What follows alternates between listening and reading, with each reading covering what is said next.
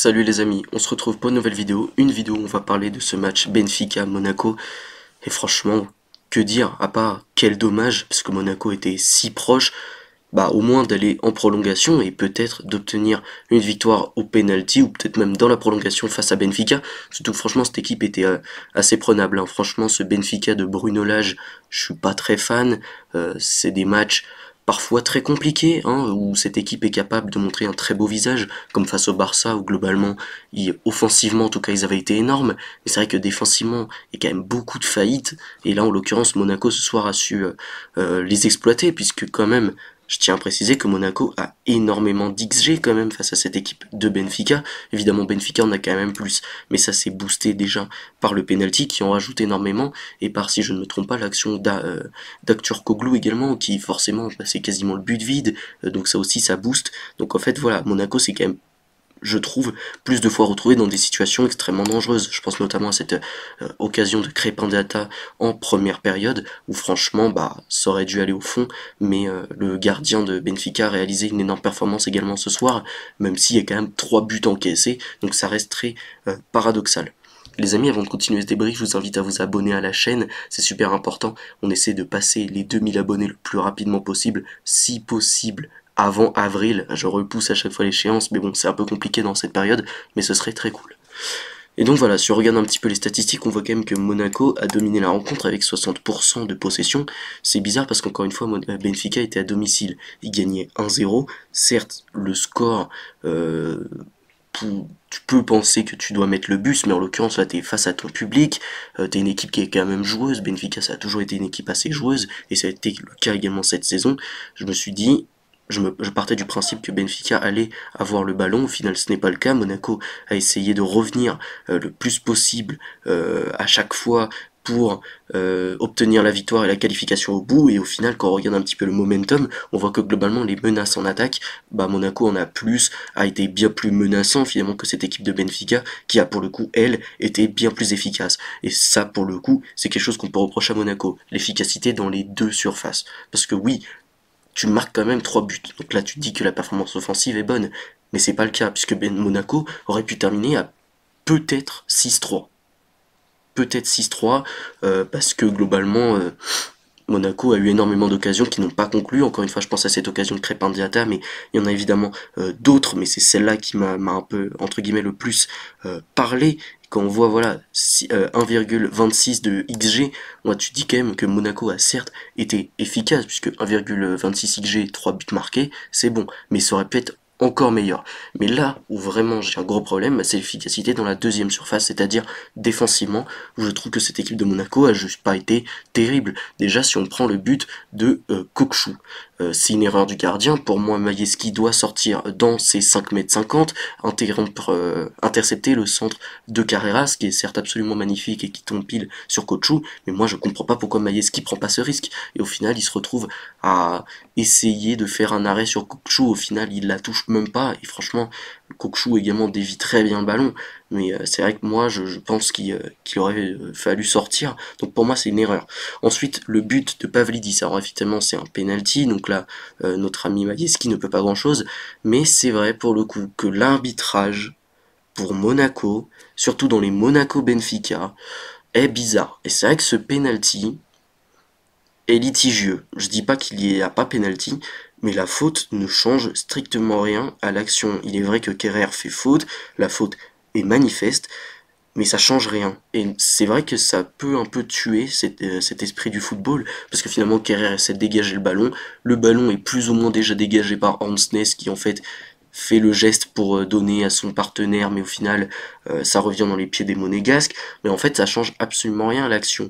Donc c'est vrai que ce penalty, il est un peu sévère, mais n'empêche que ça reste une erreur de Kerrer, qui au final fait cette faute complètement idiote sur Pavlidis, et puis surtout, si Kerrer se retrouve à faire cette faute idiote, Et ben c'est également parce que la défense des Monégasques n'a pas su dégager le ballon plus tôt. Et sur le but d'Akturkoglu, bon bah là c'est clairement une faute de relance, et c'est vrai que Singo à la relance, il a tué Monaco, il a fait absolument n'importe quoi dans beaucoup de ses relances. Donc voilà, c'est dommage de se dire qu'au final tu te fais avoir par des erreurs, tandis que de l'autre côté, Monaco, je trouve que les attaques sont globalement rondement menées. Et c'est vrai que il y a eu des problèmes défensifs du côté de Benfica, mais il n'y a pas d'erreur manifeste. Moi, je trouve que c'est vraiment des plantages du côté de Monaco, c'est vraiment raté. Moi, je suis désolé, mais le but de Akturkoglu au début, mais c'est une faute professionnelle, c'est une faute professionnelle. Ce que fait Singo, mais voilà, c'est comme ça, c'est dommage, et franchement, ça te tue le match. Au niveau des statistiques un peu plus détaillées, on a vu qu'il y avait 15 buts pour Monaco, 10 pour Benfica. Benfica a quand même fait un beau match, ils ont défendu et ils ont su attaquer en contre, et franchement ils l'ont bien fait. Et Monaco qui a eu du mal à la relance, hein, on le voit notamment sur le premier but, mais sur d'autres occasions également, ils ont eu du mal à la relance, et Benfica a su presser quand il a fallu, donc ça aussi c'est quelque chose à relever, même si je maintiens que cette équipe de Benfica n'est pas particulièrement impressionnante. Et franchement pour moi, Monaco aurait pu les avoir totalement, que ça m'aurait pas choqué. Au niveau des tirs cadrés, on est à 6 contre 7. Pour le coup, Benfica, comme je l'ai dit, a été bien plus décisif, et il y a quand même 7 tirs cadrés et 4 arrêts, notamment de Majeski, si je ne me trompe pas. Donc voilà, c'est absolument énorme. Ça prouve encore une fois que Benfica a su être très efficace, très létal quand il a fallu, même si Majeski a quand même fait une bonne performance, même si je lui en veux un peu sur ce but d'Orkun Kochu. Il a quand même eu 6 tirs cadrés, mais 15 tirs au total, et c'est vrai que tu as fait preuve d'une inefficacité qui a fait beaucoup de mal, franchement, dans cette équipe de Monaco. Et au final, bah, tu te retrouves éliminé bêtement, j'ai envie de te dire. Au niveau des compositions, on avait donc Mbolo, Minamino, Akliouche, Kamara, Ben Seguir qui a été élu homme du match selon FootMob. Je ne sais pas si l'UEFA le donnera à Ben Seguir, peut-être qu'ils le donneront à Pavlidis qui a quand même un but, une passe décisive, un but donc pour Arthur Koglu, enfin la passe des pour Arthur Koglu et le but sur penalty. On a également Akliouche qui a fait un match intéressant, même si je trouve que sur la fin de match, malheureusement, il a fait preuve d'un petit peu d'imprécision technique. Kamara également au milieu de terrain qui a pu être assez intéressant. Crépin Diatta qui a fait beaucoup de courses sur son côté. Enrique également qui a fait beaucoup de courses. Et une défense à 3, Singo, Kerrer, Mawissa et Majeski dans les buts. Franchement, cette équipe, moi je la trouvais intéressante. Il y a eu un bon match. Mbolo notamment est passeur décisif. Il a tiré 4 fois et malheureusement, encore une fois, il a fait preuve de beaucoup d'inefficacité, et ça c'est dommage. Il y a quand même 2 occasions créées, mais une grande chance manquée, un tir bloqué, un tir sur le cadre, 41 ballons touchés, 8 touches dans la surface adverse, 2 dribbles réussis, 3 passes dans le dernier tiers, mais encore une fois hors jeu 2 fois, et c'est vrai que c'est dommage, même si il fait un bon match, hein. Moi je trouve Mbolo, il a été intéressant, même il laisse le ballon passer sur le but de Ben Seguir, donc voilà, il a fait un vrai taf d'avant-centre, il a su prendre l'attention des défenseurs, donc ça a été intéressant, mais c'est vrai que sur certains ballons qu'il aurait pu un peu mieux conserver dos au but, il aurait pu être meilleur, mais voilà, globalement ça reste une bonne performance d'Embolo. Minamino également a été intéressant, il marque son très beau but, une occasion créée, et il marque son but. D'ailleurs, c'est pareil, ça typiquement c'est un cafouillage de la part de Benfica. Il n'y a pas d'erreur manifeste, mais c'est vrai que c'est un beau cafouillage sur le but de Minamino, où justement Mbolo peut servir Minamino. Une touche dans la surface adverse, une passe dans le dernier tir, un centre réussi.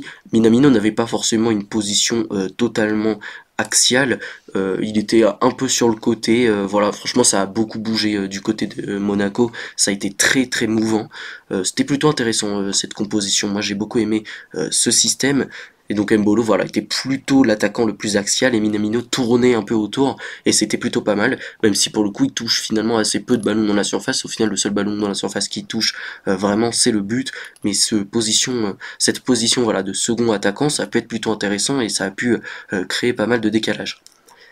Akliouche qui a obtenu la note de 8,3 fait une plutôt bonne rencontre, 4 occasions créées déjà, il a été franchement très très remuant, 3 passes longues précises, 9 passes dans le dernier tir, 5 dribbles réussis, 7 touches dans la surface adverse. Certes, il y a eu quelques imprécisions techniques, mais il a été franchement assez intéressant. Et c'est vrai qu'il y a quand même 2 tacles réussis, une interception, 4 actions défensives, 7 récupérations. Voilà, même défensivement, il s'est beaucoup donné. C'est vrai que Monaco, pour le coup, a su également très bien presser Benfica.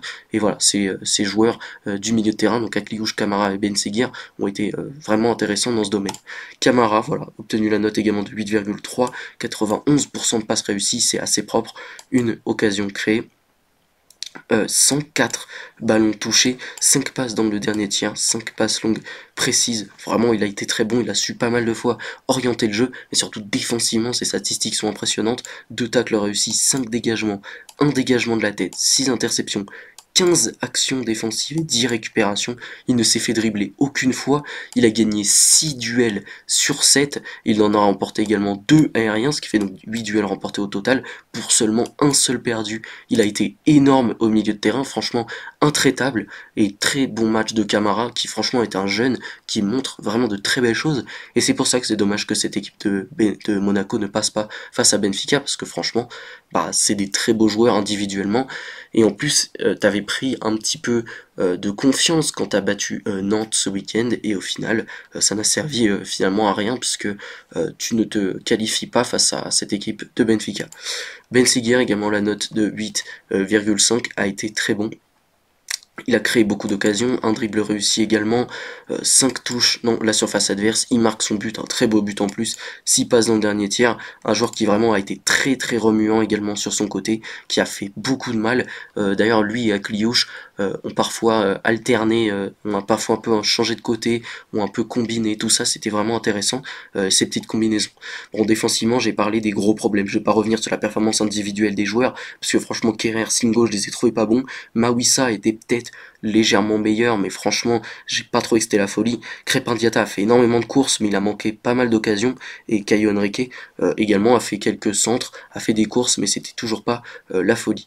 On avait le petit Kassoum Ouattara qui est rentré, c'était un défenseur, et franchement, à la place d'Henrique, il est rentré, et pas mauvais, voilà, je le trouve intéressant, il faudra peut-être le revoir. Après c'est vrai que pareil pour Lucas Michal, c'est peut-être un peu compliqué de les faire rentrer comme ça en fin de match. Par contre, Georges Ilenikena a fait une excellente entrée, il rentre, il marque, voilà, il a fait très très mal à cette défense de Benfica. Et également Mika Biarret, alors il rentre, et déjà moi j'aimerais comprendre pourquoi il est sur le banc. C'est ton attaquant le plus prolifique dernièrement, il est à 2 triplés si je me trompe pas en Ligue 1, pourquoi il est sur le banc? Ça c'est une très bonne question, et son entrée a été plutôt intéressante, j'ai trouvé qu'il avait été intéressant quand il avait été trouvé dos au jeu. Et de l'autre côté, on avait cette équipe de Benfica avec toujours le petit Carreras qui a été absolument énorme, même si son match aller pour le coup, j'avais vu, et effectivement il avait été insupportable, mais là voilà, il donne en plus de ça un très beau centre pour Kocho qui sort derrière sur blessure, mais voilà, il a fait un bon match. Antonio Silva qui a fait un match intéressant, mais voilà, quand même, cette équipe de Benfica défensivement, c'était pas forcément énorme, et c'est vrai que Thomas Araújo à ce poste d'arrière droit, j'aime pas du tout, c'est vraiment un central, et ça se voit.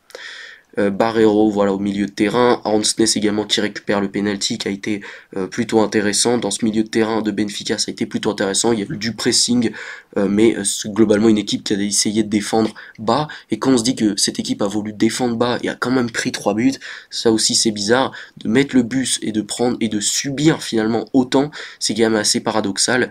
Voilà, franchement, comme je l'ai dit, ce Benfica était totalement prenable, et c'est un peu dommage pour Monaco.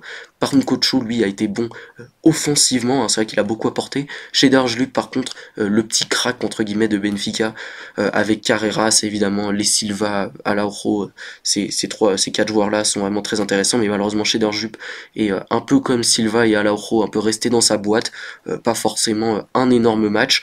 Par contre, Pavlidis a été encore une fois très bon ce soir, il a fait mal dos au jeu, il a fait très mal également lorsqu'il a été dans la profondeur face à cette équipe, franchement, qui défensivement, Monaco, c'est catastrophique. Il va vraiment falloir apporter des choses. Et Kerrer, je suis désolé, mais la performance de Kerrer ce soir, elle me rappelle quelque chose. Elle me rappelle les soirs où Kerrer vendait le Paris Saint-Germain en Ligue des Champions. Et là, franchement, Kerrer, il a fait un mauvais match ce soir. Et Pavlidis a su parfaitement l'exploiter sur la passe décisive pour Aktürkoğlu, qui est également totalement oublié au second poteau. Donc, c'est une faute professionnelle de A à Z. Et Pavlidis également marque le penalty, donc sur l'erreur faite de Kerrer encore une fois. Donc voilà, franchement, les attaquants de Benfica ont finalement plutôt bien géré les grosses faillites défensives de Monaco, et au final c'est comme ça que t'es éliminé, et c'est franchement dommage.